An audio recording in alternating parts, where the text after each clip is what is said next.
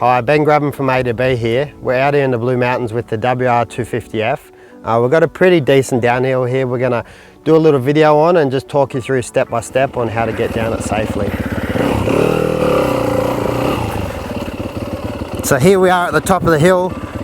Basically I'm going to look for the smoothest line. As I was riding up to it, I was standing up on the foot peg so I can just see over the hill a little bit better anyway. But to the left looks nice and safe and smooth, so what we're going to do is take off. I'm going to stand up on the foot pegs again so I can move my weight back over the rear wheel, and basically going to hover my fingers over the front brake, and the same with the rear brake pedal, and just lightly feather them as I go down, not to break traction, just to get a smooth run and a safe run down the hill.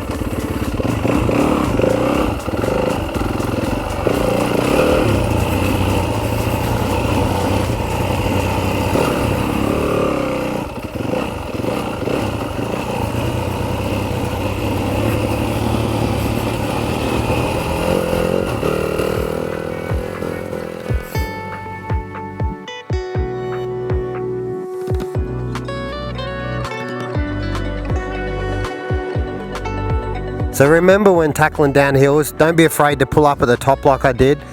Scope out a smooth line, and then when you do get going down there, do it at a controlled pace. The last thing you want to do is go charging off down there, because once you have momentum it's hard to stop. So do that gradual pace, get up on the foot pegs, gives you better vision over the hill. It's also easy to move your butt back over the rear wheel.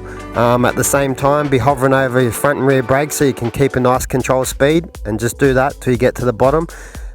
Basically you can use those skills on any kind of downhill. You can start off really small and then build up to some quite technical steep hills using those skills, and you'll have a safe run to the bottom.